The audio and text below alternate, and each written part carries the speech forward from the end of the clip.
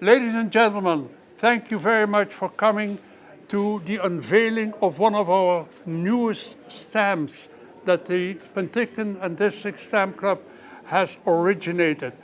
Mail will be collected from it daily by the rural mail carrier, the collection hour being approximately 3 in the afternoon. Imagine the corner of Main and Penticton Avenue being considered rural Penticton in 1938.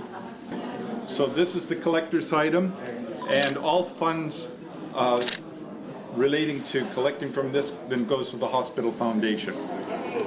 Thank you.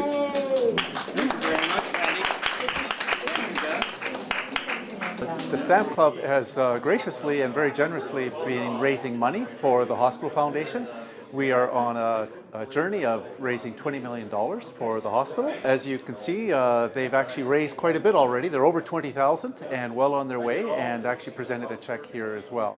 The club decided that we wanted to set aside or start working towards $30,000. And as you can see, it is going up to over $25,000 now. And this is all thanks to the generosity of the people that are giving us the stamps. We make packages out of all the stamps that are given to us, and we put it into auction. And I spend about 2-3 hours a day in putting the donated stuff into saleable packages.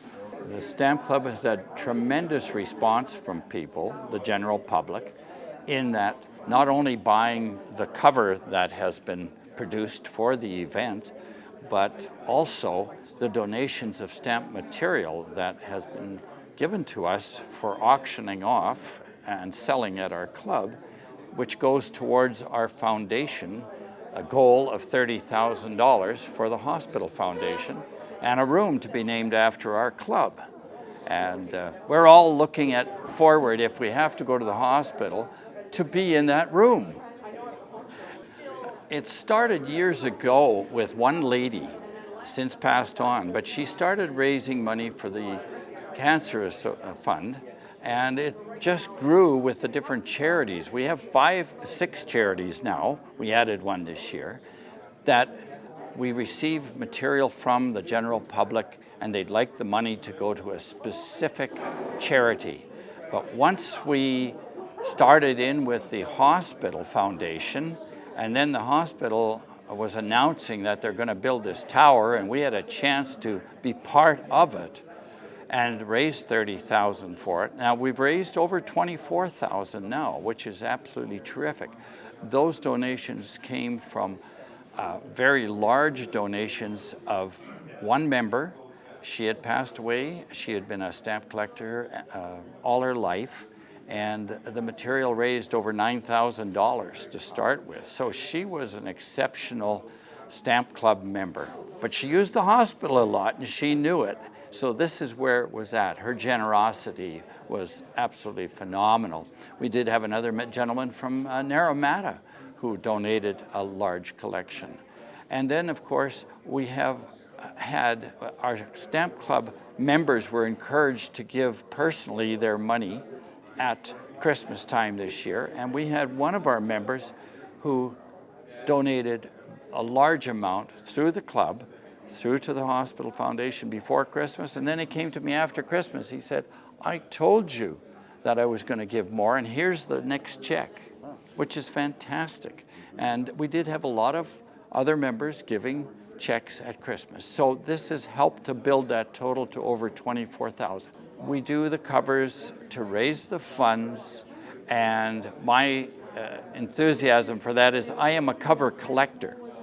So the cover display that we have here are covers from myself, and this is how it all, and my enthusiasm for collecting was basically when I was young. I started out as a child collecting stamps because my mother thought this was a terrific thing for me. You get to a certain point and you've got pretty well all of the Canadian stamps, but you are looking for certain ones. You go into the specialty area of collecting, which is looking for errors on the stamps. You're looking for fluorescence of the paper, etc. And that's an exciting aspect for me. It takes a lot of patience, and you're not always right in what you say is a different fluorescence than what's listed in the catalog. But just recently I had a stamp that was sent off for expertising to Calgary to the chap who writes the catalog, the specialized catalog. He says, that's the first one and the only one I've ever seen. But it doesn't mean it's valuable, because there could be lots of them floating around nobody knows about. But it's exciting to find it. We honor things with our stamps, and right now we are honoring Canada Post in Penticton, all the various locations and the people, the letter carriers over the years who have done the job in all kinds of weather. And this is what's important to us, because without Canada Post, we wouldn't be collecting stamps. That's the thing. And the cover itself was created to honor the Postal Service in Penticton mainly, even though this 6 stamps that are on there are from 1974, and they were put out by Canada Post. They were to honor the letter carriers at that time. We liked the artwork that was done. It was terrific. We thought, what a great cover that would make. The first post box that was actually at the corner of Penticton Avenue and Main Street in 1938. I'm Bob Otway. I was basically the last official postmaster in Penticton. In the 90s, the corporation changed over and put the title of the managers as superintendent, so I was basically the last postmaster in Penticton. I'm here working with the Stamp Club and as a member of the Canada Post Heritage Club. And the Heritage Club was started by Canada Post some years back. Heritage members do volunteer work across Canada, and literacy is our biggest project within Penticton here. I'm sure everybody's have seen the Santa Claus letters we do, and my wife and I and Cal and Willie Hornby have done them for over 25 years, and an average of 1,000 letters a year. So we've answered about 25,000 Santa Claus letters over the years. So I started in about 1968, and in those days the mail probably was one of the biggest communications avenues that we had.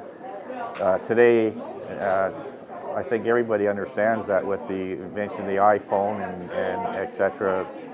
Most people don't receive much in the way of first-class mail anymore. Usually, even myself, we get pretty well advertising, but it was very, very important in those days. I delivered mail for 15 years before I went into management.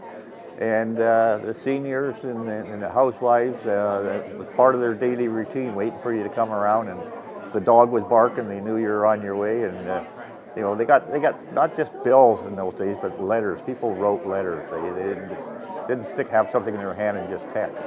So it was an enjoyable career. I spent 30 years with Canada Post, and I loved every minute of it.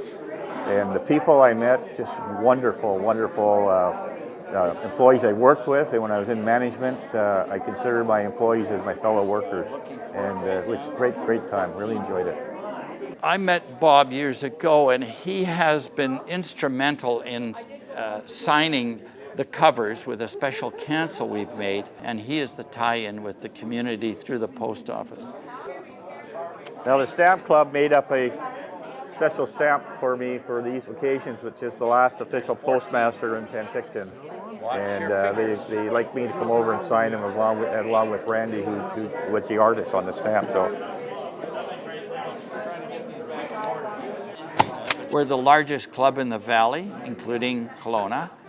I've heard that we're about the 3rd largest in the province. You get making friends with a common interest, and we're hoping more people will join us. And I highly recommend it. Rather than sitting at home watching TV, start a stamp collection. And you can start it at any age, at any time. You learn something all the time.